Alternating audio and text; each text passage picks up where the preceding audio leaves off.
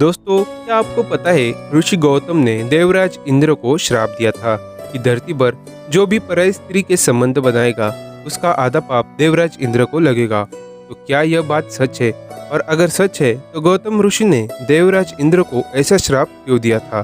तो चलिए जानते हैं हिंदू धर्म पुराण में से एक पद्म पुराण में वर्णित गौतम ऋषि देवराज इंद्र और अहिल्या की कहानी के माध्यम से।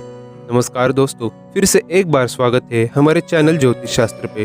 दोस्तों, पद्म पुराण में वर्णित कथा के अनुसार एक समय की बात है, स्वर्ग की अप्सराओं को अपनी सुंदरता पर बहुत घमंड था और वो कोई भी देवताओं को कुछ नहीं समझती थी।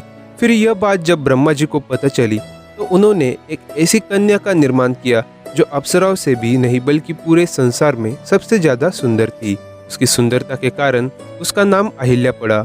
अहिल्या की सुंदरता को देखकर सभी अप्सराओं का घमंड चकनाचूर हो गया। वही अहिल्या अभी बालक अवस्था में थी तभी देवराज इंद्र उसे भविष्य में अपनी पत्नी के रूप में देखने लगे थे। परंतु परमपिता ब्रह्मा ने अहिल्या को उस समय के सर्वश्रेष्ठ ऋषि गौतम ऋषि के पास अपने धरोहर के रूप में छोड़ दिया था। गौतम ऋषि के पास रहते हुए अहिल्या व्यस्त हो गई तो सभी देवता, राक्षस, नाग और मनुष्य उसे अपनी पत्नी बनाना चाहते थे, परंतु इनमें से किसी की भी हिम्मत गौतम ऋषि के आश्रम में जाने की नहीं होती थी।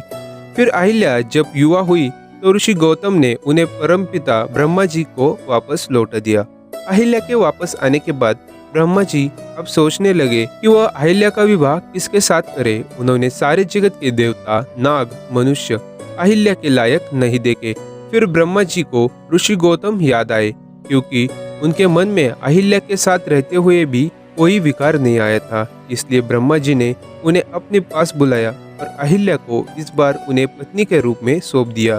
ब्रह्मा जी के इस निर्णय से देवराज इंद्र को बहुत क्रोध आया। इसलिए उन्होंने एक बार छल से, जब गौतम ऋषि आश्रम में नहीं थे, तब उनका रूप धारण करके अहिल्या के पास पहुंचे और प्रेम संबंध में लीन हो गए। गौतम ऋषि आश्रम पहुंच गए। आश्रम पहुंचते ही उन्होंने अपनी पत्नी अहिल्या को देवराज इंद्र के साथ प्रेम में लीन पाया, जिसे गौतम ऋषि क्रोधित होकर अहिल्या को श्राप दिया कि वह पत्थर बन जाए और देवराज इंद्र को भी दुष्कर्म के प्रति श्राप दिया और कहा कि जिस प्रकार तुम्हें स्त्रियों की योनि की बहुत चाहते, उसी प्रकार तुम्हारे शरीर पर भी हजारों योनियां उत्पन्न हो जाए।